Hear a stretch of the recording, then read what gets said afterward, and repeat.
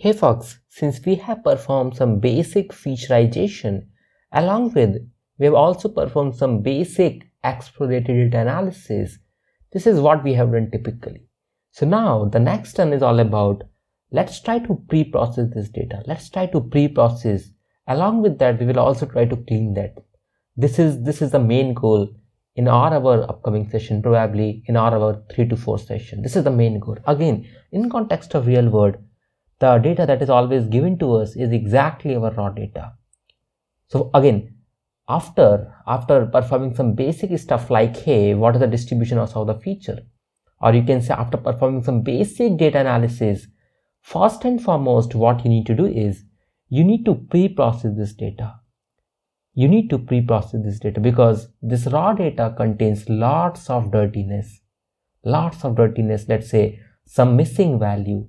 So first and foremost, we need to pre-process, along with we need to clean this data as well. That's what we have to do. Again, as we have text type of data, again, as Quora is typically a web page. It is typically a web page. Hence, it is a web page, and Quora is nothing but a platform where you can interact and ask some questions. Hence, this platform typically holds data in the form of text format, and as we know, text data is one of the complex data just to pre-process it. Hence, we need to apply the multiple techniques just to pre-process this data.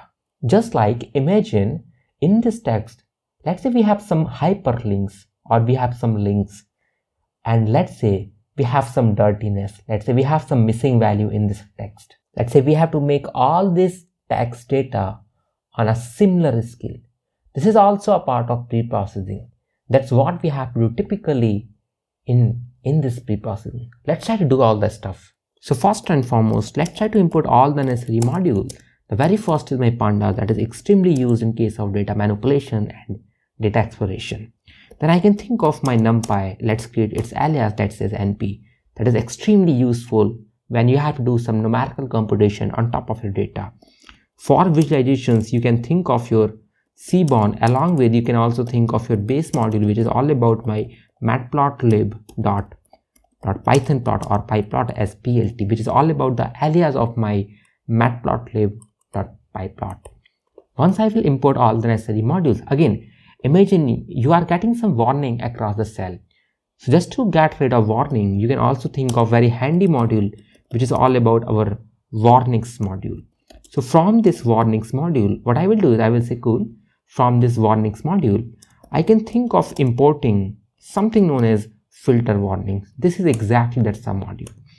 Then I will say, inside this filter warnings, I will say if there is any warning, whatever else it is, let's say some depreciation warning, whatever else, just ignore the warning if it will come across the cell.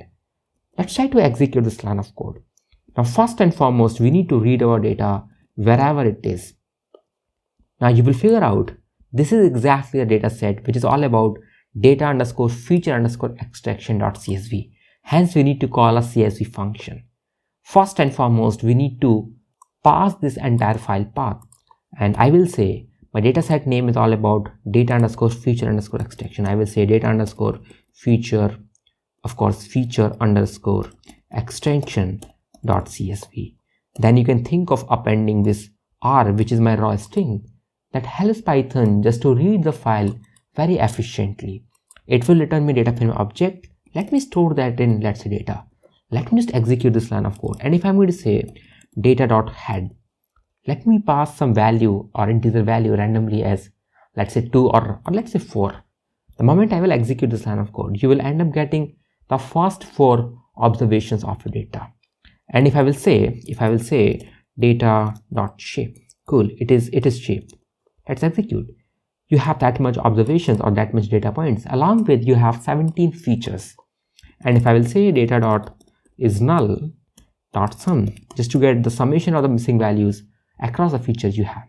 You have seen you have 1 and 2 missing values over there.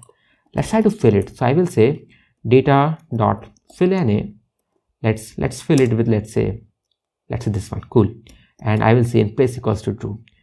You can just press tab. This is my parameter. Let's pass some value. Let's say true. Let me execute, and let me again copy this line of code. Let me again execute it over here. Now you will end up having the 0 missing value across the features you have. Now, first and foremost problem statement says, hey, let's find all the possible abbreviations and let's try to replace it. So now let's try to touch upon some of the possible abbreviations. Let's say with respect to, let's say, this Quora data. Let's say this Quora data. Let's say user U1 has asked a question as, let's say Q1 question. Let's say question is Q1 and user 1 has asked a question as, what about Indian currency? Let's say, what about, and let's say he has used the symbol. Let's say he has used this symbol just to express the Indian currency. He will say, what about Indian rupee or Indian currency? Again, this is typically a symbol just to denote the Indian currency. Similarly, with respect to US dollar, this is primarily the symbol. With respect to European countries, we have a euro as a currency over here. So this is typically the possible abbreviation that you can say. Again, just to contract it or just to expand it, what I can do is I will say wherever this is available, this symbol is available, just replace it with rupee. Just replace it with rupee.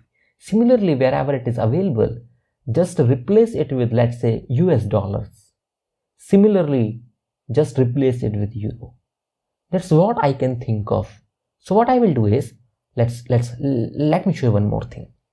First and foremost, let's try to find all those observations or all those rows where I have, let's say Indian currency, or let's say this symbol is available in all the observation. Let's try to find all the rows first and foremost. So I will say data of question 1. First and foremost, I have to access this feature. I will say .str.contains. It means here we have to mention what is a character or what is a substring that is available in this question 1 feature. Imagine I have a character, let's say as, the moment I will execute this line of code, you will end up getting all the series in the form of false and trues. Wherever it is false, it says, hey, at this particular index, there is no such, this Indian currency symbol is available inside my question 1. That what my false stands for. So now let's try to pass this filter inside my data. The moment I will pass it, and if I will execute this line of code, now you will end up getting entire data where this symbol is available. Now let's try to find all those observations or all the index of all the observations where the symbol is available. So I will say .index. Let me execute. Now you will see these are typically the index of all those observations where I have this Indian rupee symbol is available. That's what this .index property returns. Now you will see at index 4262, in my question 1, I have a rupee as a symbol. Let's try to cross check that. I will say 4262. Let me execute. Now you will see here we have a Indian rupee as a symbol. So what I will do is I will say cool. Let me store it in, let's say question, cool. Let me print. This is my question. Now what I will do is I will say cool. Let's try to replace this. Indian currency symbol. I will say I have to use this replace function of our string class. I will say wherever I have this Indian currency symbol, just try to replace it with, let's say rupee. Let's try to replace it with that. The moment I will execute this line of code, now you will see we do not have any Indian currency symbol over there. Instead of this, we have a rupee over there. That's what actually, the moment I will call replace, that's what actually had happened. Now let me show you one more scenario. Imagine this time I have a text as, let's say question is all about, this time if I will remove this wi, and let me store it in, let's say question 2. Let me execute, and if I will say question 2. Now on top of this, what I will do is, first and foremost, this is the first operation that I have to perform, which is all about our replace operation. The moment I will do this, now you will see there is no such rupee as a symbol, but there is still a contraction that you have to do on top of this double L. That is all about will.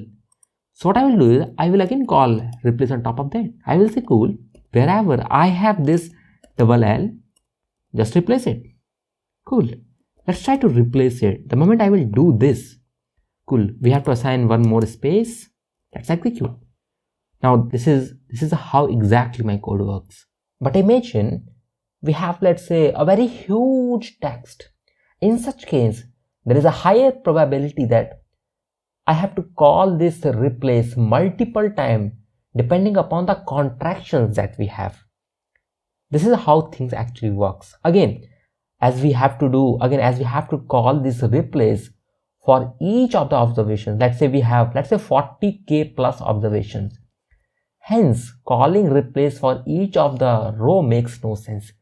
Hence, the optimal way is just define a function and just apply this function on top of our question 1 feature along with on our question 2 feature. That is pretty much optimal way. Let's try to perform this. So we will say the function is all about, let's say pre-process, or let's say process, whatever else. And what I will do is whatever text I will pass to it. This is all about the functionality of the function. I will say text.replace. Let's return it. Let's execute. Now what I will do is I will say cool, let's try to call this function. Let's pass some text that says Q2. Let me execute. This is how exactly our function works with respect to Q2. But again, in the context of real world, whenever you have huge data, defining a function makes a lot of sense. Hence, in the upcoming session, we will try to touch upon the multiple abbreviations, and of course, we will try to touch upon, of course, using defining a function. That is typically our main goal in the upcoming session. That's all about it. Thank you. Have a nice day. Keep learning, keep growing, keep practicing.